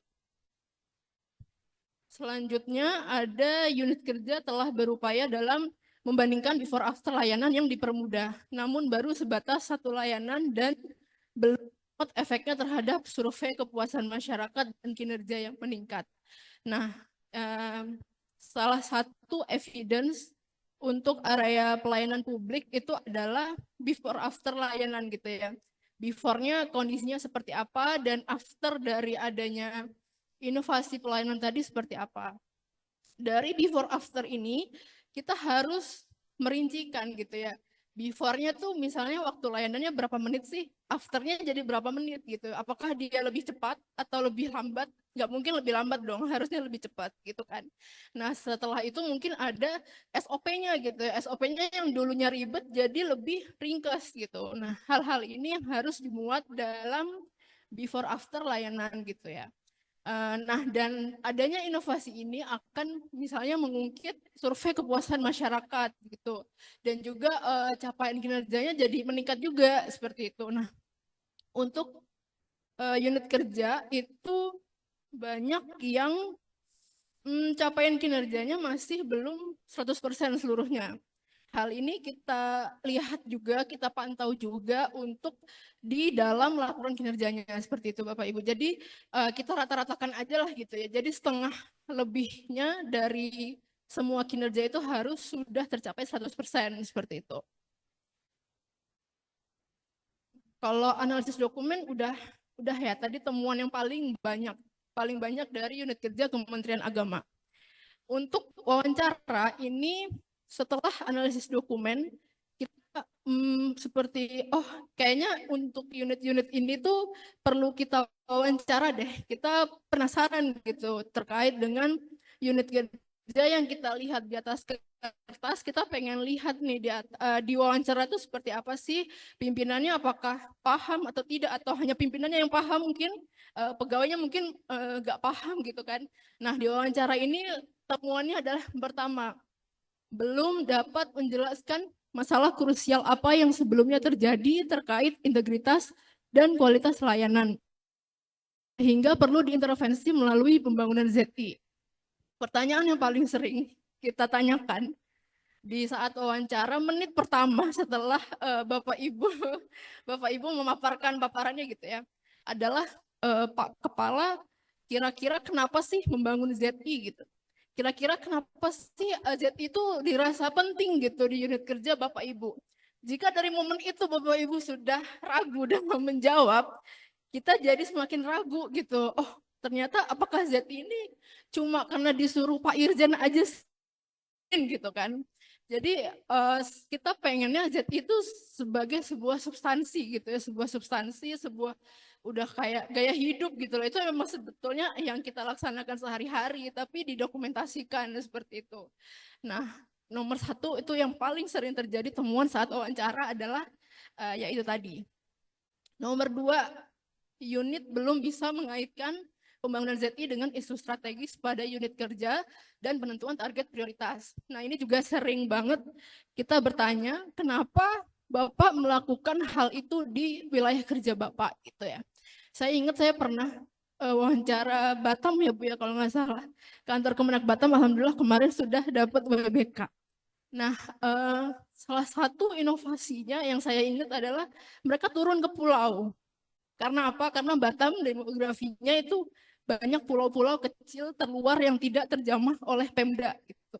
Nah, salah satu inovasi mereka adalah demografinya seperti itu, jadi kita manfaatkan Bu gitu. Itu yang kita pengenkan sebetulnya Bapak Ibu. Penjelasan yang seperti itu. Nah, nomor 3, belum secara optimal dapat menjelaskan resiko-resiko yang telah diidentifikasi dalam matriks resiko beserta dengan alasannya. Nah, dalam area pengawasan itu ada identifikasi resiko. Resikonya ada 3, dari integritas, kinerja, dan juga pelayanan. Nah, setelah pengendalian resiko, ketika ditanya, Bapak Ibu kenapa mengidentifikasi resikonya ini, dan seperti apa sih pengendaliannya, itu susah dijawab oleh Bapak Ibu di unit kerja. Padahal di dokumennya udah bagus. Di dokumennya udah sangat jelas gitu ya. Oh, kita identifikasi resiko ini karena ini dan pengendaliannya seperti ini. Tapi ketika ditanya langsung di lapangan, tidak bisa menjawab secara jelas seperti itu. Lalu selanjutnya, belum dapat menjelaskan cara untuk memastikan media pengaduan atas ketidaknyamanan pelayanan berfungsi dan efektif. Nah, untuk media pengaduan sendiri sebetulnya kita mengarahkan jangan hanya satu, tapi kalau bisa lebih dari satu gitu ya. Dari WA mungkin bisa, terus di lapangannya sendiri juga ada di kantor gitu ya, ada ruang pengaduannya untuk kita fasilitasi orang-orang yang memang tidak melek teknologi gitu ya Bu ya, untuk bisa langsung datang aja mengadu di kantor seperti itu. Nah, ini biasanya kita tanyakan cara atau alur gitu ya, alur pengaduan itu seperti apa sih, terus setelah dia mengadu itu diapain gitu, setelah itu tuh apa gitu, apakah hanya ditampung atau langsung ditindaklanjuti. Nah, itu yang kita nilai. Lalu yang kelima, tidak lihat sehingga ada si resiko dan resiko. Nah, ini mirip ya sama poin yang ketiga terkait dengan identifikasi resiko. Terus yang terakhir, kalau untuk yang wawancara adalah bisa menjelaskan kinerja, ada data kinerja, namun saat disampling satu indikator kinerja, pengumpulan dan pelaporannya tidak selaras, khususnya pada data jumlah siswa mengikuti prestasi nasional dan internasional. Nah, ini kejadiannya di madrasah ya kemarin ya, terkait dengan jumlah siswa. Jadi kadang kita bertanya terkait satu indikator, terus bisa dijawab, tapi pas ditanya terkait dengan bukti dukungnya seperti apa gitu. Atau misalnya kalau madrasah itu sering, oh kita sudah pakai online Bu pendaftarannya, terus gimana sudah dijelaskan gitu ya secara brilian gitu. Tapi ketika coba dong simulasikan gitu ya aplikasinya atau websitenya, oke kita simulasikan, ternyata tidak sebrilian yang dijelaskan gitu. Nah, hal ini mohon diperhatikan kembali untuk kesiapan dalam menghadapi wawancara dari TPN seperti itu. Nah, tadi kita untuk desk evaluation, analisis dokumen dan wawancara tadi akhirnya sih salah 10 WBK dan 1 WBBM yang kami rasa bisa kami ajukan ke field evaluation. Nah, dari desk evaluation ke field evaluation cuma gugur 2 Bapak Ibu. Nah, itu ada faktor-faktor lain gitu ya terkait dengan kondisi di lapangannya sendiri, layanannya, antriannya seperti apa. Nah, di situ. Tapi tidak terlalu sebesar dan sejomplang dari administrasi ke desk evaluation. Nah, dari kami sendiri, toh kita nggak mau ke daerah tapi nggak dapat apa-apa gitu loh. Maksudnya kita pengen yang kita datengin itu ya nantinya lolos gitu, lolos WBK gitu. Jadi bisa dibilang kalau didatengin Menpan itu udah pasti lolos gitu. Tapi sebenarnya belum tentu juga, cuma persentase ketika didatangi ke daerah itu berarti Bapak Ibu itu sudah melewati tahapan ini loh gitu, tinggal sisanya field evaluation dan panel seperti itu. Nah, setelah field evaluation ke panel dan clearance pun tetap bertahan 8 WBK. Ini udah seperti keberhasilan buat kami TPN ya, karena kami berhasil membawa 8 WBK ini untuk tetap bertahan dari gempuran pertanyaan dari pimpinan seperti itu. Nah, akhirnya 8 WBK ini sudah mendapat predikatnya pada tahun lalu. Nah, untuk prosesnya kurang lebih seperti itu dari Menpan. Mungkin kalau dari saya ada strategi ataupun kiat gitu ya. Untuk analisis dokumen ini kayak apa sih kok kayaknya banyak banget yang dicatatin gitu ya. Kalau dari saya mungkin Bapak Ibu coba fokus di area pengawasan. Karena apa? Karena itu bobotnya paling besar, bobot pengawasan. Dan juga kalau WBK, itu kita berbicara tentang WBK adalah wilayah bebas dari korupsi gitu ya. Yang penting kita lihat adalah area pengawasannya pasti yang pertama. Kalau pengawasannya udah jelek, itu pasti udah kita drop gitu. Selanjutnya mungkin selain pengawasan, kita bisa fokus di area pelayanan publik dan juga akuntabilitas gitu ya. 3 area itu yang paling banyak membebani unit kerja untuk bisa lanjut ke tahap selanjutnya seperti itu. Nah, mungkin dari saya itu aja. Kalau nanti mungkin ada pertanyaan bisa terbuka ya Bu ya. Baik, dari saya berikut aja. Terima kasih. Wassalamualaikum warahmatullahi wabarakatuh.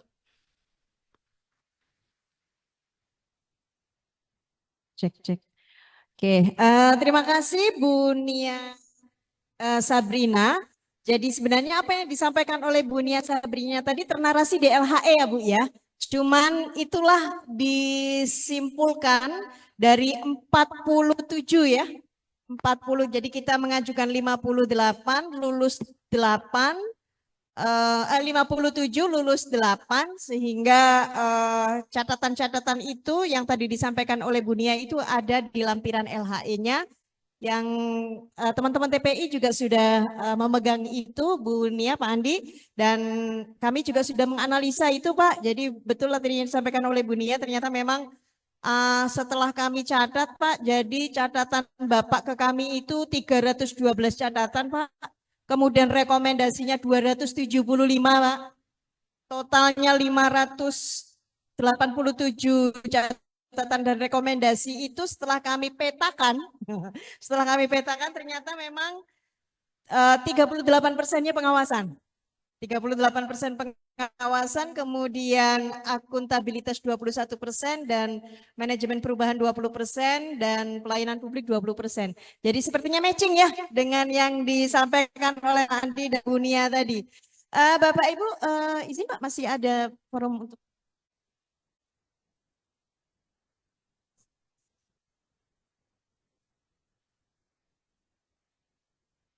pertanyaannya. Baik, masih diberi kesempatan kita 1-2 pertanyaan mungkin di dalam ruangan ini ya. Kalau yang di Zoom bisa ini bisa langsung atau melalui tulisan saja Mas Fajar? Oh gitu yang wilayah timur ya. Ya kalau ada tulisan ada ditampilkan di sini mungkin Mas. Yang dari Zoom-nya atau sambil nunggu dari Zoom teman-teman kalau yang di dalam ruangan kalau ada pertanyaan monggo disampaikan mumpung ada Pak Asdep dan Bu Nia.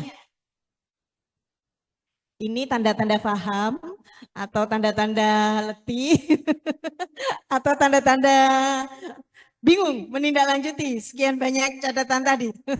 Tapi kami berkomitmen Pak Andi untuk terus meningkatkan penilaian dan mungkin mudah-mudahan dalam waktu yang tidak terlalu lama ini mungkin kami yang pertama kami akan coba bedah LKE dulu untuk kita semacam standarkan cara pengisiannya dan penyiapan evidennya sehingga nanti di administrasinya juga mungkin biar gapnya tidak terlalu banyak mungkin ya gitu. Jadi itu mungkin tahap awal karena sekarang kami masih proses evaluasi sakit Bapak. Bisa ditayangkan teman-teman? Boleh, boleh. Mangga, mangga.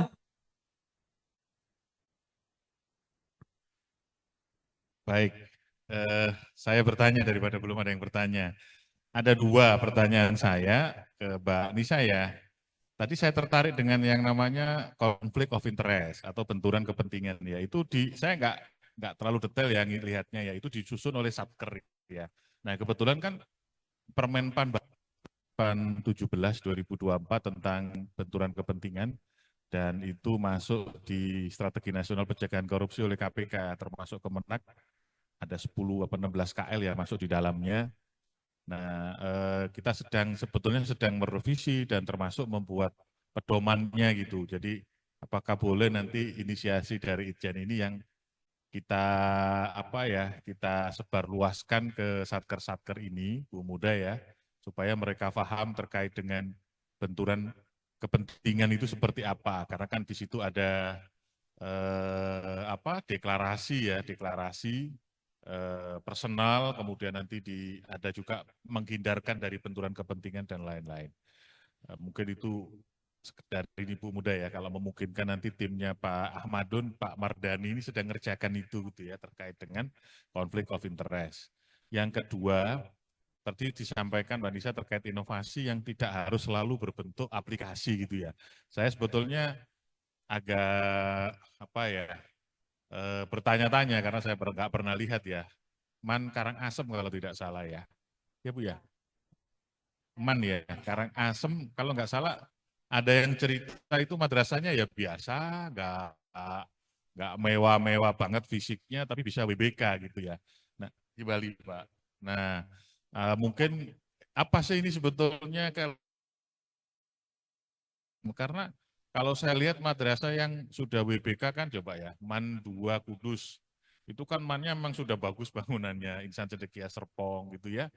Kemudian yang baru ini MAN 2 Jakarta Timur ya, MAN 2 Kota Malang gitu kan. Jadi MAN yang memang high level dari segi akademik gitu ya. Nah MAN Karangasem ini kan nggak terlalu dibandingkan dengan MAN satu lagi yang unggulan itu, ada satu lagi di Karangasem malahan itu ya, yang boarding yang bagus di Bali itu. Tapi kok bisa WBK ini mungkin pernah dilihat oleh Mbak Nisa ya. Oke, yang terakhir saya terima kasih ya sanggahan kita di awal itu mendapat syafaat dari Pak. Minimal tidak jatuh mental di awal ya, dan nanti mungkin menjadi perhatian teman-teman TPI gitu ya. Nah, jadi sebenarnya menarik tadi kalau kita bisa lulus 30% 2 tahun berturut-turut gitu ya. Ya Pak Andi ya. 30% lulus ke WBK atau WBPM 2 tahun berturut-turut, maka tidak lagi dinilai oleh Menpan gitu ya, cukup oleh Itjen saja untuk status BPK-nya. Ini mungkin strategi nanti Pak Isam ya. Jadi kalau tahun ini kita target 10 atau 12, berarti yang diusulkan 30%-nya berarti ya 36-nya lah gitu, 35 gitu. Dari jumlah satker atau jumlah yang diusulkan? Satker. Oh, seluruh satker. Waduh, sampai dunia akhirat kita ada 4.500 ini.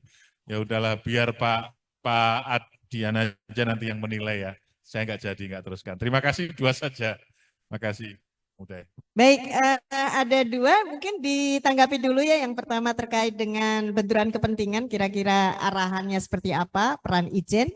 Kemudian yang kedua, nah ini MAN Karangasem nih kan memang di kami itu kan ngelihatnya kalau dari sisi fisiknya kayaknya itu nggak terlalu wah banget gitu. Walaupun memang ketika kita ke sana memang aura perubahannya itu memang berasa sih ya. Nah, mungkin bisa diceritakan lebih lebih lebih detail lagi gitu. Monggo, silakan Pak Andrea.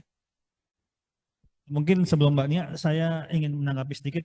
Betul Pak, Pak Ses. Jadi memang pada saat itu ada tahapan sebetulnya. Memang kami sangat-sangat menjaga integritas juga supaya penilaian kami itu lebih objektif gitu. Tadi melalui tahapan-tahapan seleksi administrasi sampai ke tahapan panel. Di panel juga kami bertingkat. Tim evaluatornya dirotasi, jadi kami sangat-sangat menjaga integritas dan kami masih memberikan masa sanggah tadi itu bahwa mungkin saja penilaian tim evaluator sampai ke tahapan yang paling tinggi panel itu ada kekeliruan gitu. Saya kami memberikan waktu untuk memberikan tambahan informasi. Ternyata waktu itu memang kami diberikan informasi yang cukup sehingga tadi betul disampaikan ya, waduh Pak, kami semacam promotor gitu ya. Gempurannya itu luar biasa Pak. Itu teman-teman yang pada saat panel di level kedeputian tuh mereka udah punya data. Bapak ngusulin ini unit kerja dari kementerian ini, tahu nggak Bapak? Ini kementerian ini nih, waduh, itu kami harus punya modal. Makanya kami kadang minta tambahan informasi dari Pak. Kebetulan waktu itu diberikan tepat waktu Pak, sehingga setelah kami sampaikan kembali, kami jelaskan dengan amunisi yang Bapak berikan, alhamdulillah itu diterima Pak. Jadi itu perlunya memang TPN dan TP ini kolaborasinya kuat gitu Pak. Jadi untung waktu itu segera ini informasinya dapat kami sampaikan tepat waktu. Dan tadi sebelum Mbak Nia juga ada inovasi yang, karena gini, beberapa orang itu pasti mengasosiasikan bahwa inovasi itu pasti aplikasi gitu kan. Sebetulnya nggak harus. Kami dulu pernah sampaikan juga sebagai contoh, pada saat kami melakukan evaluasi lapangan ke salah satu unit kerja dari Kementerian Perhubungan yang menerbitkan sertifikat kelayakan atau kesehatan penerbangan untuk kru pesawat, pilot, kopilot, pramugari, itu mereka melakukan satu jenis inovasi yang tidak ada kaitannya sama aplikasi. Jadi mereka adalah unit kerja yang waktu itu diusulkan untuk memperoleh predikat WBBM.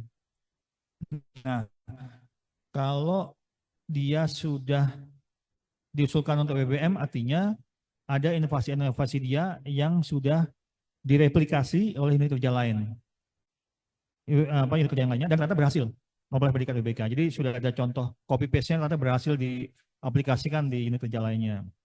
Waktu itu dia biasanya menerbitkan yang saya dulu pernah sampaikan, jadi kertas sertifikat layak terbang.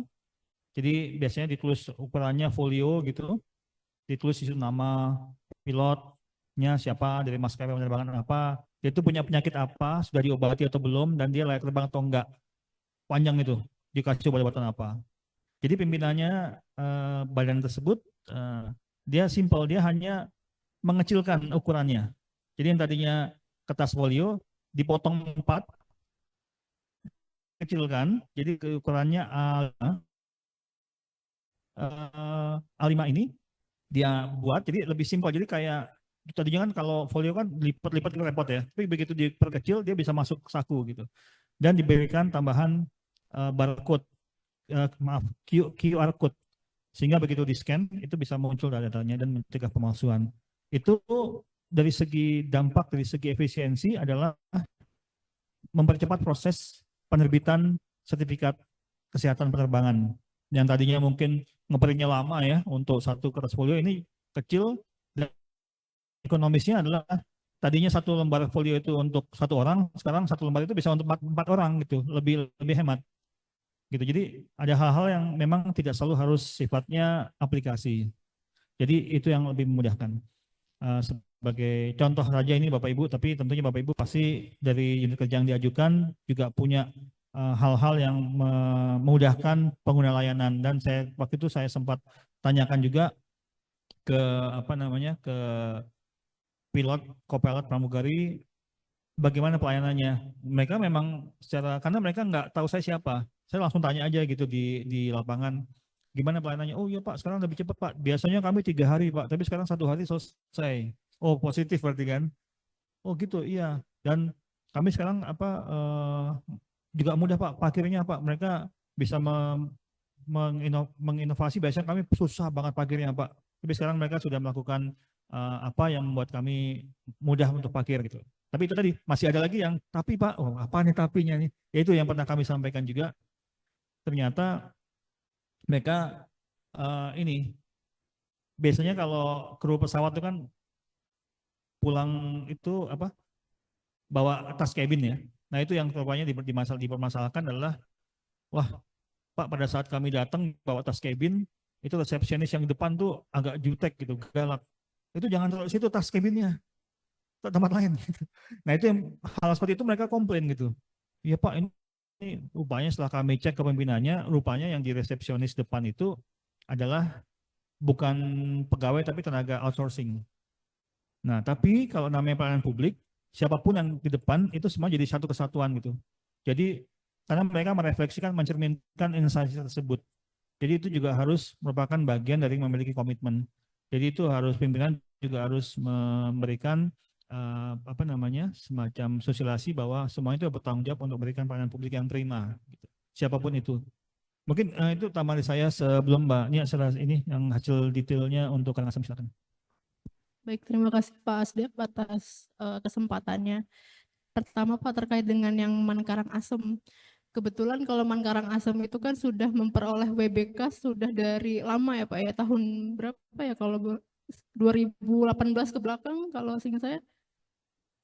Man Karangasem 2022. Jadi kalau zona integritas itu kan kadang kita tidak terlepas dari adanya ini ya apa namanya perkembangan waktu gitu ya Pak ya. Jadi semakin kesini tuh semakin banyak inovasi-inovasi yang mengaitkan dengan teknologi.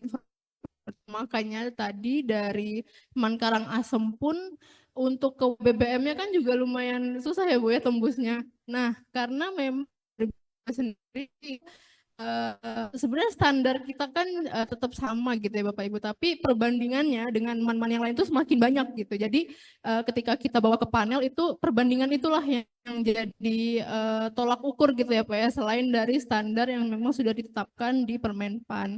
Jadi makanya untuk Man Karangasem pun dia tanpa teknologi informasi pun bisa loh ternyata untuk meningkatkan capaian kinerjanya gitu. Walaupun dia nggak pakai teknologi informasi, tapi ada aplikasinya juga. Tapi nggak seluruh inovasinya itu terkait dengan teknologi informasi seperti itu. Jadi yang kita lihat itu selain inovasinya, tapi juga hasilnya gitu. Hasilnya yaitu dengan inovasi ini dia bisa meningkatkan capaian kinerjanya.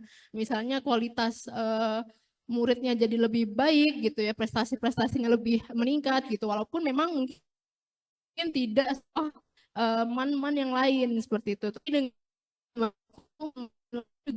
bikin kompetisi gitu ya, berkompetisi untuk dengan prioritas gitu. Jadi ketika Man Karangasem pun apply buat WBBM-nya itu jadi lebih susah naiknya gitu. Karena apa? Karena WBK dan WBBM itu kan membutuhkan loncatan yang lumayan besar. Replikasi inovasinya sudah harus ada, terus perkembangannya gitu ya. Perkembangan dari inovasi-inovasi yang lama itu seperti apa. Maka dari itu untuk Man Karangasem sendiri ya memang kemarin WBBM juga lumayan susah seperti itu. Nah, kalau untuk yang benturan kepentingan itu silahkan saja untuk dibuat peraturan dari Kemenaknya sendiri, karena memang untuk benturan kepentingan ini kan kita di Permenpan 17 ya, 17 tahun 2024 ini memang jadi lebih memudahkan dan memberi formulir-formulirnya gitu ya, contoh-contoh formulirnya untuk diidentifikasi benturan kepentingan di unit-unit terkait seperti itu. Mungkin sudah cukup ya Pak ya. Baik, terima kasih Pak. Masih boleh ya Pak ya, satu lagi mungkin ya dari perwakilan jamaah itu tadi Zumiyah tadi ya. Saya bacakan saja mungkin ya. Ini dari mana nih? Saya bacakan ini dari Kemenak Kulon Progo Pak. Kulon Progo ya. Apakah keterlibatan dalam penilaian pelayanan publik, pelayanan kelompok rentan, pelayanan prima, KIPP itu memiliki kontribusi dalam penilaian ZI? termasuk penilaian keterbukaan informasi publik atau PPID oleh Komisi Informasi, termasuk penilaian ISO secara umum apakah menjadi pertimbangan dalam penilaian ZI. Nah, ini bagaimana nih Pak Asdep penjelasannya, karena sebagian kami punya persepsi kendaraannya melalui apresiasi-apresiasi ini gitu. Nah, ini bagaimana tepatnya? Monggo, Bapak. Ya, jadi ada beberapa apresiasi yang memang bisa menjadi pertimbangan kami, Bu. Karena itu evidence-evidence yang tadi disampaikan yang memang kami sebetulnya perlukan. Jadi kalau memang ada beberapa KL itu yang kadang begitu kami tanyakan, mereka kadang terlupa karena mereka tidak disusun tidak dicatat gitu, Bu. Tercatat dan tidak disampaikan. Iya, dan ternyata setelah itu udah lewat, mereka lupa kalau ini sih kami sudah punya ini Pak A, B, C, D gitu yang kadang terlupa. Kadang-kadang kan begitu diterima dipajang sudah, tapi tidak dicatat apa aja ya. Iya, iya. Jadi mungkin itu akan menjadi pertimbangan positif untuk tim evaluator, Bu. Satunya, iya. Bu Nia, ada tambahan? Baik, untuk yang tadi seperti ISO gitu ya Bu ya, ISO. Iya, ISO keterbukaan terus informasi. ya Kalau ISO apresiasi lah. Betul, itu kan termasuk prestasi dan Prestasi madrasah Betul. ya, madrasah itu banyak banget Prestasi itu prestasinya. termasuk nanti kita masukin di capaian kinerja Bapak Ibu. Jadi seperti prestasi-prestasi madrasah itu kan MAN 2 Kota Malang itu luar biasa sekali ya Bu. Iya, Nah, betul. itu juga kita pertimbangkan seperti itu. Jadi selain dari evidence yang Bapak Ibu berikan, juga kita sebetulnya searching juga di media yang lain seperti itu terkait dengan unit kerja tersebut tuh seperti apa sih sebenarnya prestasi-prestasinya yang membanggakan gitu ya. ISO kan tadi juga termasuk. Iya. Jadi itu akan kita masukkan selain di pelayanan publik juga, tadi keterbukaan informasi publik juga, dan juga ke akuntabilitas. Karena capaian kinerjanya juga di reformnya jadi lebih tinggi seperti itu. Ya, gitu. Oke, nah kalau tadi itu Pak, ini cerita nih. Kemarin yang tahun 2024 Pak, karena berangkat dari Kanwil Kemenak Bali, itu juga salah satu kendaraan yang digunakan adalah apresiasi terkait dengan pelayanan publik, penghargaan dari Menpan. Kemudian Bantul juga begitu Pak. Kami kemarin pede sekali itu Pak yang Kemenak Kabupaten Karangasem Mbak, karena ternyata dapat juga. Lah kok ya nggak lolos toh Pak ke BBBM-nya Pak. Nah ini bisa dijelaskan nggak Pak kira-kira bocorannya dikit-dikit gitu Pak? Baik, jadi udah kepedean soalnya Bu kemarin itu Bu kami Bu. Itu sering banget terjadi gitu ya Bu, kita sudah dapat penghargaan dari Menpan loh gitu terkait dengan pelayanan publiknya. Tapi toh kita menilai zona integritas itu bukan hanya dari aspek pelayanan publik Bapak Ibu, ada juga aspek integritasnya, tata laksana, SDM. Nah, bisa jadi di hal-hal dan unsur itulah yang mengurangi nilai Bapak Ibu untuk bisa lolos WBBM ataupun WBK seperti itu. Jadi tidak semata-mata dari kita sudah dapat apresiasi dari Menpan loh terkait apa Bu pelayanan publik. Oke, kita mengakui itu gitu. Kita mengakui itu tapi kita juga menilai aspek-aspek yang lain loh, nggak cuma pelayanan publik aja. Jadi emang sering banget kita dapat keluhan gitu ya. Kita udah pede banget nih Mbak, kita pasti akan lolos WBK WBM tapi belum tentu Bapak Ibu. Jadi seperti itu kalau dari saya. Oke, silakan Bapak. Tadi saya sampaikan juga tuh, jadi pada saat kami sampai ke RSUD ya, atau puskesmas saya lupa itu. Jadi mereka sudah sedemikian PD-nya memang Bu. Jadi kami Pak, rumah sakit kami itu bisa diakses kesediaan tempat tidurnya bisa Pak. Bapak lihat omongan bisa. Tapi itu begitu sampai ke area farmasi atau dokter itu tadi itu. Jadi masalah obat-obatan lah, kenapa yang habis tuh obatnya kok hanya jenis merek A saja gitu. Itu hal seperti itu yang walaupun dia sudah penghargaan banyak tapi ternyata masalah integritas itu masih menjadi pertanyaan dari tim evaluator gitu. Nah, itu yang ternyata tidak bisa dijelaskan masalah stok barang, stok nama itu yang ternyata memang. Terus juga tadi kami tekankan kembali bahwa inovasi itu pertama tidak harus sifatnya aplikasi atau teknologi informasi, tapi yang penting adalah dia bisa meningkatkan kinerja dan yang kedua memudahkan pengguna layanan. Ada yang sedemikian fokusnya kepada aplikasi, ternyata begitu pengguna layanan nyoba, ini malah menyulitkan. Terus pada saat kami minta simulasi, karena mungkin dadakan bikinnya ya, begitu kami minta coba kalau memang betul memudahkan layanan, bisa nggak disimulasikan? Kami pengen lihat tuh gimana sih prosesnya. macet ya. Oh, siap, Macet siap, ya, siap, apa? siap. Kayak gitu. Jadi maksudnya justru yang kami ini nggak usah terlalu muluk, tapi kemudahan layanan kan Ada tujuannya manfaat. pada publik yang prima. Capaian kinerjanya itu justru kebantu dengan adanya inovasi, bukan malah sebaliknya. Wah ini sulit nih, wah kita mesti ngisi ini dulu. Wah, itu yang Iya. bukan sebagai contoh. Tambahan saja Bu, makasih. Baik, baik. Terima kasih Bapak. Masih bisa satu lagi Pak? Oke, satu lagi ya. Satu lagi dari Zoom ini. Karena ini, ya. Satu lagi deh Pak, ini satu lagi dari Zoom Pak. Ya, jadi yang dimaksud dengan rencana program kerja ZI yang berdasarkan isu strategis organisasi itu seperti apa? Ini pertanyaan dari Kemenak Kepahyang. Jadi Pak, memang saya lihat di rekomendasi dari teman-teman TPN itu lumayan banyak Pak ini Pak, yang isu strategis ini. Nah, barangkali bisa dijelaskan Pak, karena ada yang hanya mengacu kepada LKE gitu, bahasanya itu ada yang seperti itu, yang isu strategis yang terkait dengan isu strategis ini. Monggo Pak. Pertanyaan terakhir ya Bapak Ibu, karena kami juga belum sholat ini di sini. Indonesia Timur udah jam 6 ya. Jadi Luar biasa ini.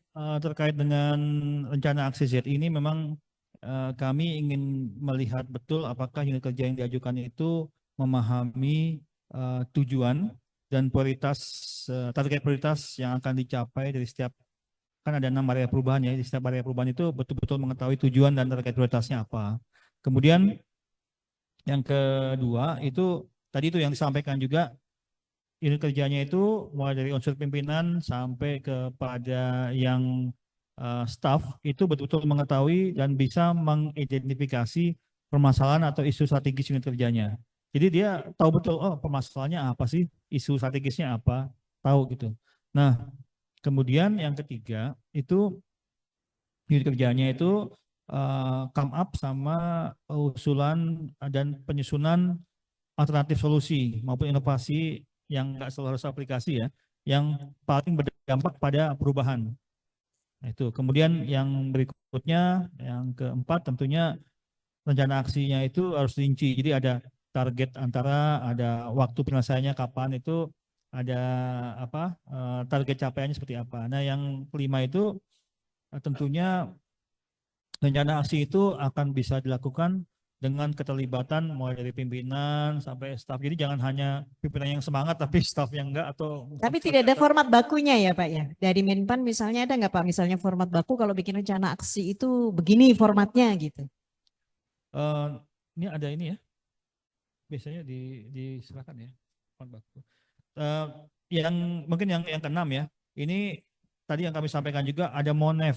Jadi Bapak Ibu ini di rencana aksi itu Bapak Ibu harus ada MONEF yang mungkin ya. Jadi itu perlu dilakukan karena dengan begitu Bapak Ibu tahu bahwa tidak ada yang menyimpang dan sesuai dengan target dan tujuan prioritas. Mungkin itu. Mungkin kalau ada contohnya. Mungkin demikian. Terima kasih. Mungkin Silakan, tambahan Bu Nia. sedikit ya Bu, dari Pak Andi tadi, kalau kita memang mengacu pada LKE iya, tapi dalam rencana kerja itu biasanya memang kita ada namanya identifikasi isu permasalahan gitu ya, isu strategis. Nah dari situlah kita berangkat gitu dalam menentukan target-target dan juga sasaran-sasarannya gitu. Jadi dari isu strategis tadi lah baru kita susun rencana aksinya seperti itu. Jadi format bakunya memang tidak ada, tapi kita semua tahu mungkin kalau rencana kerja kan kita akan identifikasi isunya terlebih dahulu, baru kita tetapkan pada rencana aksi yang berbentuk matriks seperti itu. Kadang-kadang nggak matching gitu ya. Betul. Kadang-kadang nggak matching ya. Dan itu ketangkepnya ketika diwawancara ya. Kami yang deg-degan gitu biasanya. Karena biasanya kalau wawancara juga kami dampingin Pak Asdep gitu. Kami dampingi tapi nggak sama Pak Zoom juga gitu. Baik, sepertinya cukup ya Pak Asdep, Bu Nia. Karena waktu juga sudah pukul berapa kalau di kita 17.03. Jadi Indonesia Timur udah iya udah 2 jam lebih dari kita. Baik, terima kasih Pak Asdep dan Bu Nia dari apa yang disampaikan. Mungkin kalau saya sih titik tekannya pada 2 hal. Yang pertama hakikat yang untuk agar kita bisa, karena ini konteksnya adalah penilaian, persiapan penilaian gitu ya. Mungkin jadi Bapak Ibu yang namanya WBK, predikat WBK atau WBBM itu kan yang unggul gitu ya. Jadi harus ada pembeda dibandingkan dengan satker yang lain. Jadi coba kita tanyakan kita itu unggul di bidang apa, orang lain itu mau mencontoh apa di kita, apa yang bisa direplikasi dari kita gitu ya. Mungkin ya pertanyaan-pertanyaan itu bisa membantu Bapak Ibu sekalian untuk mempersiapkan diri, di samping tentu semua harus memenuhi persyaratan dan kriteria yang sudah disampaikan oleh narasumber kita. Dan kalau tadi mencermati 80% kita gugur di des evaluasi, barangkali ini juga Pak Inspektur mungkin menjadi catatan kita bersama bagaimana arah pembinaan kita dari teman-teman yang di TPI, kira-kira pendampingannya seperti apa agar tidak didesevaluasi paling tidak ya bergugurannya gitu. Jadi mungkin nanti kita coba dalam waktu dekat ini nanti kita coba samakan minimal dalam cara pengisian LKE-nya bagaimana menarasikan dan menyiapkan eviden-eviden itu sehingga eviden itu bisa bicara gitu dengan tim penilai gitu ya. Narasi itu bisa dipahami oleh tim penilai. Karena kadang-kadang narasinya kemana, evidennya kemana, indikatornya kemana gitu ya. Nah itu mungkin coba kita seragamkan. Mudah-mudahan dalam waktu dekat ini kami bisa memfasilitasi BIMTEK-nya. Nanti kami izin Pak kalau kami mungkin konsultasi ke Bapak dan Bu Nia jika ada hal-hal yang mungkin nanti perlu kami konsultasikan lebih lanjut. Baik, sekali lagi terima kasih, kita beri plus untuk narasumber kita. Terima kasih sekali lagi Pak Andi, Bu Nia, dan terima kasih juga kepada Bapak Ibu sekalian baik yang ada di dalam ruangan ini maupun yang ada di Zoom. Mohon maaf atas segala kekurangan. Marilah kita sama-sama tutup sesi ini dengan bacaan hamdalah. Alhamdulillahirabbil alamin. Billahi taufiq wal hidayah. Wassalamualaikum warahmatullahi wabarakatuh. Selanjutnya kami serahkan kepada Mbak MC, Mbak Bella. Silakan Mbak Bella. Makasih Ibu. Terima kasih kami ucapkan kepada